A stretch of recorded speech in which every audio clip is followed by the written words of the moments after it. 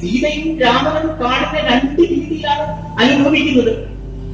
സീത കാടിനെ അനുഭവിക്കുന്നത് മണ്ണിന്റെ മകളായിട്ടാണ്. അങ്ങനെയാണല്ലോ. അവൾ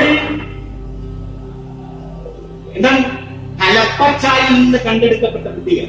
ഒന്ന് ഓർത്തു നോക്കുക. അനാഥയായ ആരോപേക്ഷിച്ച പെൺകിടാവാം, ആരോപേക്ഷിച്ച പെൺകിടാവാം. അക്കാലത്ത് പെൺകിടാങ്ങൾ ഉപേക്ഷിക്കപ്പെടുമ്പോ അവർ അനാഥരല്ല, മറിച്ച് അവർ സനാഥരാകുന്നു, അവർ രാജകുമാരിമാരാകുന്നു എന്നതാണ്.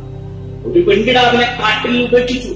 ആ പെൺകുട്ടി ജീവൻ തുടിച്ചു നിൽക്കുന്നത് വരെ ശകുന്തങ്ങൾ അവൾക്ക് പൂമ്പൊടിയും പൂന്തേനും കൊക്കിൽ പുരട്ടിക്കൊണ്ടുവന്ന് ചുണ്ടിൽ തെച്ചു കൊടുത്ത് നിലനിർത്തി അവളെ ഒരു മഹർഷി കണ്ടെടുത്തു. അവൾ ശകുന്തളയെ. ഇവിടെ ഉപേക്ഷിക്കപ്പെട്ട ഏതോ പാടത്തെ കരിച്ചാലിൽ നിന്ന് കണ്ടെടുത്തു. ഒരു മഹാരാജാവ് അവളെ മറ്റൊരു മഹാരാജാവിന്റെ കിരീടത്തിലെ ഏറ്റവും മികച്ച രത്നമാക്കി അവളെ മാറ്റി സ്ഥാപിച്ചു. അവള് മണ്ണിന്റെ മകളാണ്. അവൾ മൂർധനി. ഇങ്ങനെ എന്താണ്, ശിരസിൽ മണ്ണ് ചൂടിയാണ് നടക്കുന്നത്. കാടറിഞ്ഞും കാടനുഭവിച്ചും കാടിന്റെ എല്ലാ തരത്തിലുള്ള താരണ്യങ്ങളിലൂടെയാണ് സീത സഞ്ചരിക്കുന്നത്. രാമൻ